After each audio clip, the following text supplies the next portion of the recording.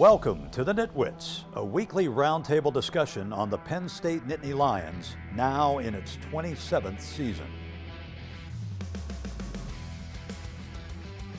Our panel features a longtime Penn State media and NitWits tag team, Neil Rudell of the Altoona Mirror and Mark Brennan of Lions 24/7 with Fight on State. The NitWits are hosted by WTAJ's Ryan Riskey, and each week we welcome a former Nittany Lion as our special guest analyst. The NitWits are brought to you by Irwin Financial, Raymond James, a firm foundation for your financial future. By DeLeo Games, serving the community since 1945. By Reed and Solaney Orthodontics, providing friendly, family-focused orthodontic care in Altoona, Bedford, and Huntington. By McAlear's Plumbing, specializing in plumbing, heating, and air conditioning, serving our community since 1886. By RE/MAX Results Realty Group, committed to a culture of professionalism, productivity, and exceptional service. By Dorman's Jewelry, the answer is always Dorman's. By Brent Kogan Electrical Services, lighting the way for you. By NovaCare, Altoona and State College, the power of physical therapy. By Blair Candy Company, the one-stop shop for all your tailgating needs. Candy, snacks, paper supplies, and more. By Harry's Construction, if you can dream it, we can create it. By Lions 24/7 with Fight on State, your online home for Penn State football and recruiting coverage. And by the Altoona Mirror, featuring Penn State Game Day every Friday and Penn State Extra every Monday. Penn State escapes Minnesota with a 1-point win and improves to 10-1 on the season. The Nittany Lions go undefeated on the road for the first time in 30 years. We break down everything from the nail biter. Nittany Nation Overtime is next. Hey, what I'm doing?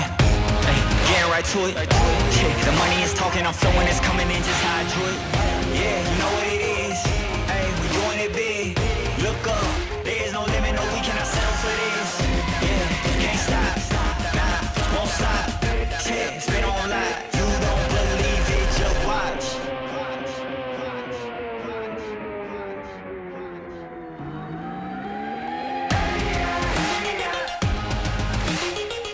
Welcome into another edition of Nittany Nation Overtime. I'm your host, Ryan Riskey. I'm joined by the NitWits, Neil Rudell and Mark Brennan. And guys, it was a nail-biter, except Penn State pulled out a tough road win. Yeah, Ryan, first of all, we just had a scheduling issue with one of the guests, so if anybody's looking for our guest nitwit, it wasn't because they were mathematically eliminated. Wanted to start with that. Yeah, hey, another road win. I really got to start with James Franklin. We've started with him in other ways at other times, but I give him a lot of credit because I don't think Penn State necessarily, they certainly didn't win the special teams except for the fake punt, which was a big play. I didn't think on defense or offense they were overly dominant or played their best game, but I think he coached his best game. Made a lot of, the game management toward the end, made some big decisions, the fake punt, going for the 4th and 1 with 2 minutes to play, making Minnesota use their timeouts. I thought he did a really good in-game job. Yeah, 5 road wins in the Big, or just overall. I mean, 4 of them in the Big Ten. There's something to be said for that. I mean, it hasn't happened in since the mid '80s with the true road wins or with road wins overall since '94.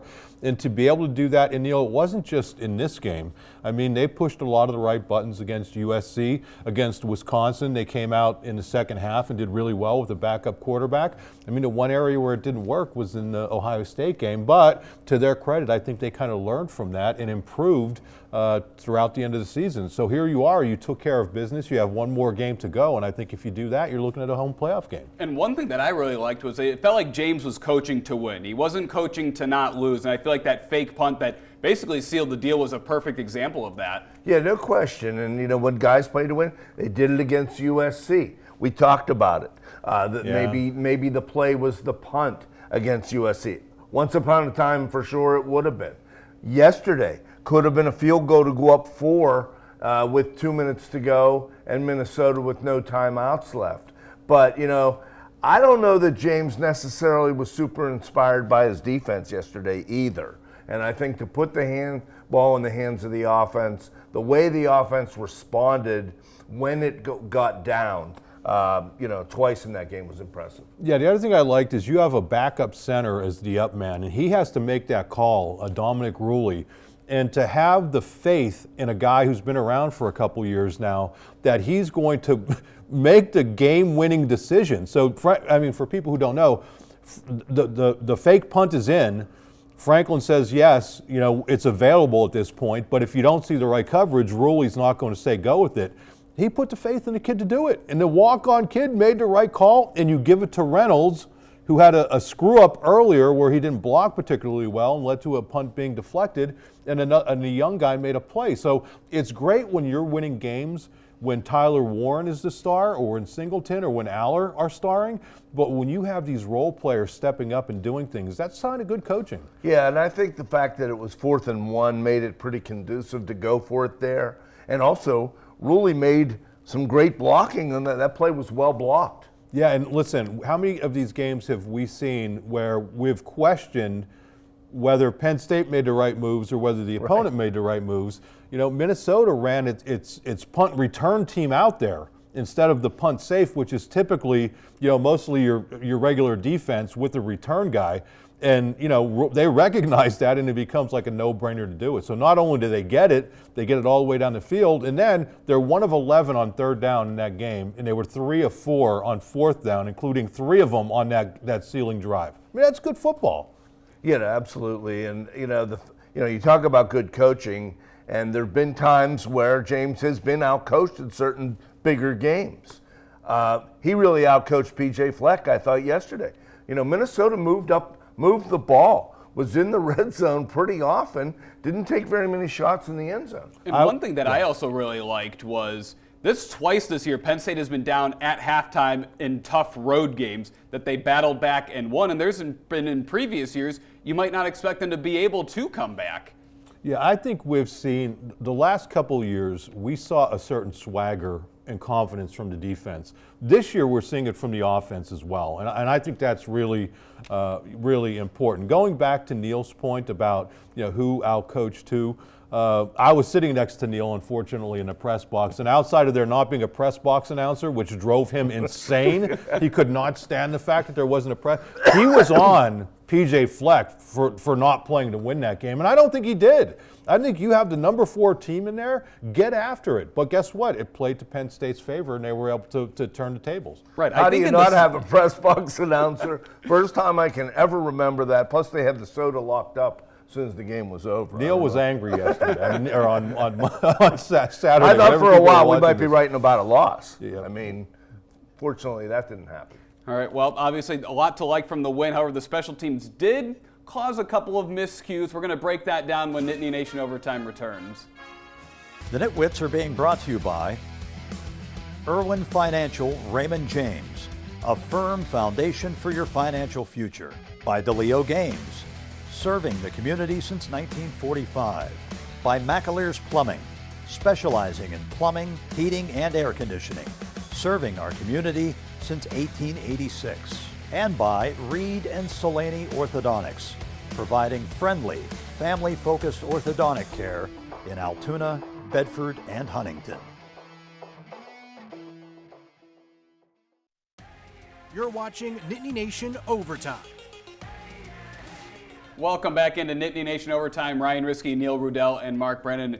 And guys, we touched on the special teams earlier, except they made 2 miscues, a blocked punt and then a blocked extra point that led to 2 points, and both of those combined gifted Minnesota 9 points. However, as we mentioned earlier, the special team stepped up in a big way on the fake punt with the Luke Reynolds run. They did, and Barker was still perfect. I didn't know what they were doing in the end zone when they were spread out in this formation. James tried to explain it later, saying that they had 3 rushers, so they only needed 3 blockers. Well, you're in your own end zone. I didn't think that was, a wise decision. Thompson had the penalty block, took 1 play for Minnesota to go up, so didn't like that. We never got a full explanation on the Warren punt. which there was confusion and some anger going on there between Aller and the bench. So there just were, and then of course you get an extra point not only blocked but returned. Yeah, I mean, this is the show where we need Tom Bradley to explain special teams to us. I'm with Neil. When you're in the shadow of your own goalpost, even though it was kind of late at night, not late at night, late in the afternoon, it seemed like it was late at night. Why you go into all that motion and stuff, it seems like, make it simple while you're there. And then having one of the guys blocking being Luke Reynolds, the true freshman. Listen, we've seen what he can do offensively, but that's putting him in a little bit of a tough spot. And then Thompson looked like he took way too many steps. It seemed like there were too many moving pieces there. And, listen, to have a blocked extra point at this point of the season, I don't care whose fault it is, it's unacceptable. It just cannot happen. And the guy went in basically unblocked. Yeah, and the way Franklin explained it, and you could watch the tape and you could see who didn't get the block. I don't want to throw anybody under the bus, but it just can't happen. And I don't think it was surprising that on the next, was it field goal or extra point, they had to replace that player. And listen, that may not seem like a big deal, but that you end up winning a game by one if if you lose that game on a field goal. There is your margin of victory right there. And my point, listen, if this happens at the beginning of the year, you kind of get it. You don't condone it, but to happen this late in the season, it's hard to wrap your head around. James made a couple points afterwards. He said, the margin of victory is very small. You're seeing it all over. God, there were just like a gutting of the top 12 yesterday, the SEC, taking loss after loss. But you sure don't want to lose that game on special teams. And not a basic play that you do over and over and over. And how many times have we been at practice when as we go into practice, they're working on that stuff like every time.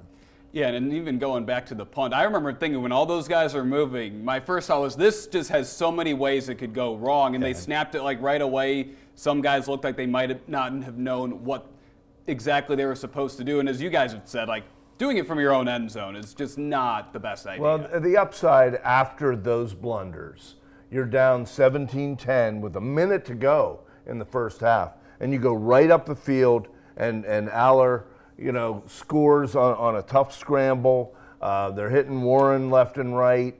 He was 5 for 5 on that drive. They get a pass interference penalty that was probably a little bit generous, but right away they cut into the lead. They're down 17-16 now. And then in the third quarter, when you're down, they went right up the field and took the lead after it was 22-16. Yeah, what I didn't like was after the punt deflection, the defense, rather than complimentary. We've seen this a couple times this year where you're expecting the defense to step up and do something big there, and they didn't. I mean, they immediately give up a touchdown, and that's not a good sign. Overall, the defense has played really well, and you can't really hang anything that's happened to the team this year outside of that one drive against Ohio State. But, that was just another thing where I think the best defenses, when another aspect steps up, they step up their game, and they didn't do it that time. They still only allowed 2 field goals, though, in the second half. And they were pretty tough in the red zone except for that one play. Yeah. And that was a well-executed play. Early on, they didn't tackle real well either. No, and we've seen that at different spots this year. And, it may sound like we're nitpicking, but this team's headed for the college football playoff. Yeah. And these are the things that are going to cost you games if they show up. And, again, this late in the season can't happen. Yeah, now they only had a couple penalties, so they've cleaned up, an area that was a problem for the first half of the year. I think the officials wanted to get through that game. They only called 3 penalties in the whole thing, so maybe they just wanted to get through it as quickly as you did with the press box announcer not being there. Yeah, and one of the penalties, remember, was on that Trey Wallace ball that looked uncatchable when it was fired out of bounds, which I think that was the first penalty in the game too. Yeah, and it turned out to be a big play because it kept that scoring drive alive. Yeah, obviously a lot to like, and going back to Mark, your point when you said P.J. Fleck didn't seem like he was coaching to win against the number 4 team. In the first half, it felt like he was. The second half, they played it safe, and usually, more often than not, we see teams do that. We've seen Penn State even do that before. Mason did that too at Minnesota. I don't know, maybe if they don't expect to win against the upper echelon, because I made this point, during the game. They're up 7-0, and now they're at the 30, and they settle for a 48-yard field goal. They had run 3 times into the line. I mean, they were getting receivers open. That's one of the things Minnesota does pretty well. Yeah. I was surprised they didn't take shots in the end zone. And especially there. coming off they had a chance to go up 14-0. Yeah, I'm sorry, Neil, but especially coming off of a bye week. I mean, you're thinking that this hasn't been, you're coming off of a loss at Rutgers a couple weeks ago. This hasn't been the greatest season. This is your chance to get it done, and they just didn't do it. They just didn't have the confidence, I guess, in the offense to get it done. And the nice thing, Penn State, 10-1 on the season, controls their own fate getting into the college football playoff. We're going to look at that when we come back and how the Big Ten championship game landscape looks. The Nitwits are being brought to you by RE/MAX Results Realty Group, committed to a culture of professionalism, productivity, and exceptional service. By Dorman's Jewelry, the answer is always Dorman's. By Blair Candy Company, the one-stop shop for all your tailgating needs. Candy, snacks, paper supplies, and more. And by Harry's Construction. If you can dream it, we can create it. You're watching Nittany Nation Overtime. Welcome back into Nittany Nation Overtime. Ryan Riskey, Neil Rudell, and Mark Brennan. We're the Nitwits, and well, right now, Penn State, 10-1, looks to be pretty much controlling their own destiny. They have the chance to finish 11-1 in the regular season for the first time under James Franklin. And if they do that, I think things are looking pretty good for hosting a playoff game here in Happy Valley. Oh, absolutely. They'll have really locked it up. I mean, they've stayed the course. I know the national media was picking away at their schedule over the weekend, not having some facts wrong and not giving them the credit even for a competitive game with Ohio State.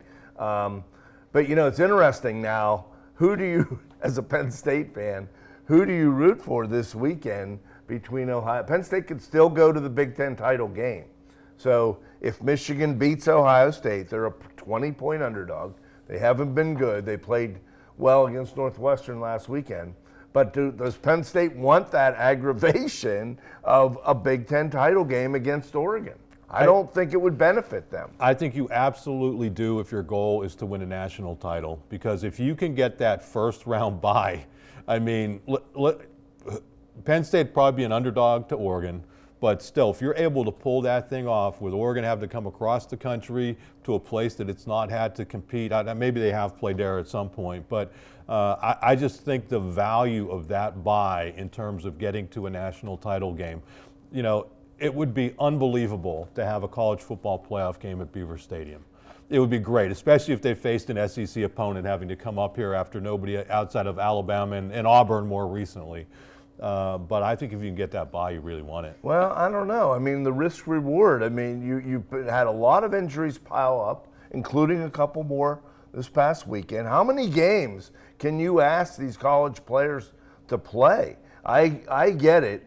But you have a chance to get a bye. You have a bye, and then you're going to then you're going to be in a bowl site. I think your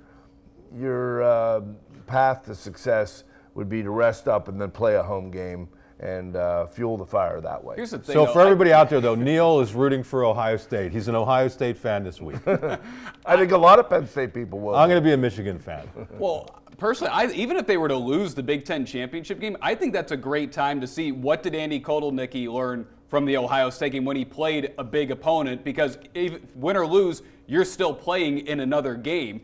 It's not a win or go home game, and I think that actually could be important, for the coaching staff to really show what they learned from that game. But if you lose, then you might be on the road in the first round, and that could make it. And that goes back to then I would sort of agree. But I'm looking at it like glass half full, not Mr. Wet Blanket here, that you can go out there and actually win the game. I'm just curious. Do you guys think that the losers of these conference championship games will be hurt? Because this is a bonus game. I just don't see how you can hurt, Penn, because right now Penn State at 11-1 doesn't make it to the Big Ten title game, probably is hosting it the first round, except I don't see how you could punish them for losing the Big Ten title game and then being like, yeah, no, you're on the road now.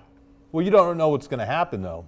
I mean, how many times have we seen in these games where sometimes they're close, sometimes they're blowouts? You just don't know. So it's just another dynamic. I will say this much. they should have done this so many years ago, because here we are talking about it. Fans are talking about it.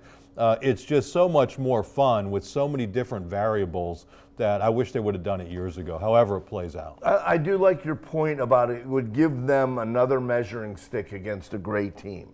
And I would think they would have taken some confidence from the fact that Wisconsin played Oregon real tough. So, I actually like Penn State's chances should they get another opportunity at Ohio State. I know the narrative has been pretty brutal and torturous for 11 years, but I think their confidence kind of grew since that game, and hopefully they've learned since that game. So I don't know. I'd be a little nervous if I were Ohio State having to have a rematch with them. It's tough to keep beating the same team, too. Right. I think it's one thing to beat them every year. It's another thing having to do it twice in that same year. Yeah, I don't know. I think if that game came to be, who would we all be picking? You know what I'm saying? Well, I think I don't know. Well, you going to tip your hand already? Well, maybe a little bit. I mean, I think we've said even before, it's like until Penn State proves they can win that game, you probably would pick Ohio State, except playing them a second time, Penn State has a lot of things to look over from that game to be like, if a couple things went differently here or there, they're on top in that game. Yeah. To your point about will the conference champions, the losers of those games be penalized, you're probably going to see a 3-loss SEC team in the playoffs. I mean, if the loser of the SEC final, if it's Georgia, I would think that they're going to get bumped down a little bit, but I still think they'll be in the field. And I don't think Penn State would fall too far if it went and played Oregon and lost a competitive game. And I think another thing, I'm fine, a 3-loss team where the third loss is in that conference title game, I think that's different than getting a team that had 3 regular season losses in. Well, I will say this, that the selection committee so far, I think, has been pretty fair. I mean, for all the things we see on game day and everything else where there seems to be an SEC slant to everything, and that's true. I mean, I don't know that you could watch that and think of anything else. I think the selection committee has made the right decision so far, and hopefully they keep doing that they don't change the measuring stick as we're going along. And coming into this week, the Big Ten had 4 of the top 5 teams. Yeah. Indiana played competitively for a half, and then, kind of turned into Indiana a little bit, and Ohio State turned it up. One thing James said going into the Penn State-Ohio State game was, we can't let the defensive ends wreck the game. And boy, did Indiana let those defensive ends. I know these guys are they're probably about 28 years old, and they've been there for 7 or 8 years. They've wrecked Penn State games forever, but they're still there, and boy, they're tough. Well, obviously, a lot of variables, and things can completely change over the next week and what happens after the conference championship in terms of the college football playoff. Anyways, we got to take one more break, and when we come back, we're going to crown our Nitwit of the Week. The Nitwits are being brought to you by Brent Kogan Electrical Services, lighting the way for you. By NovaCare, Altoona and State College, the power of physical therapy. By Lions 24/7 with Fight on State, your online home for Penn State football and recruiting coverage. And by the Altoona Mirror, featuring Penn State Game Day every Friday and Penn State Extra every Monday. You're watching Nittany Nation Overtime. Nitwit of the Week time, and Neil, looks like you jumped ahead of Mark there. He's still below me in the standings there. I like that. Congratulations, we're not mathematically eliminated yet. And again, we don't know how many playoff games that we're going to have, too, so there's more opportunities than there had been in years past going forward. Yeah. So you're only 2 behind me and Andrew. Just keep looking in your rearview mirror. I'm just going to blame Riley for that one. Yeah. I was on a 3-game winning streak. He hosted last week. Got the L. Yeah. Other than that, Riley did a good job. I guess I'm first, right? Yep. Yeah, it's been a while. Who's made these rules? Maryland coming in. How about that? They have some history of competitive games with Maryland, but James has really circled Maryland, Coach Loxley. I think Penn State's going to put it on them if they can. I'm going to say Penn State 38, Maryland 13. Wow. I don't think this is going to be a close game, so I'm going to take a second to do something else. When we're on the road, we have so many people take a second to say, hey, you know, Mark, Neil, I'm sure you get it, Ryan and Andrew. Love the show. Appreciate everybody who comes up and says something to us. We have a lot of fun doing the show, and the fact that people acknowledge that.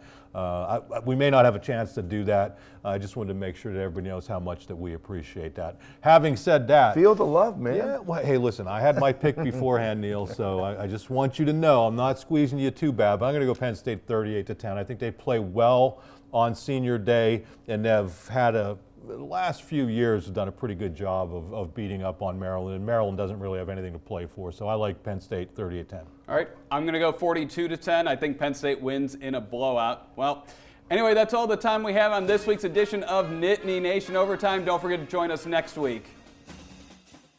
Thanks for watching WTAJ's Nittany Nation Overtime.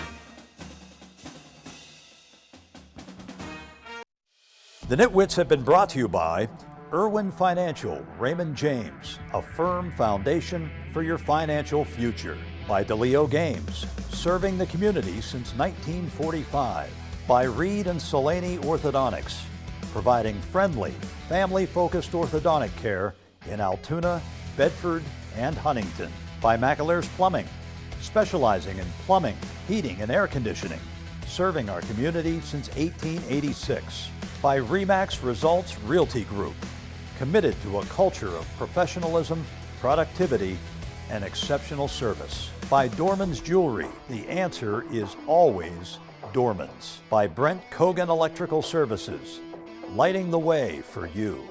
By NovaCare, Altoona and State College, the power of physical therapy. By Blair Candy Company, the one-stop shop for all your tailgating needs. Candy, snacks, paper supplies, and more. By Harry's Construction, if you can dream it, we can create it. By Lions 24/7 with Fight on State, your online home for Penn State football and recruiting coverage. And by the Altoona Mirror, featuring Penn State Game Day every Friday and Penn State Extra every Monday. Thanks for watching, and we'll see you next week.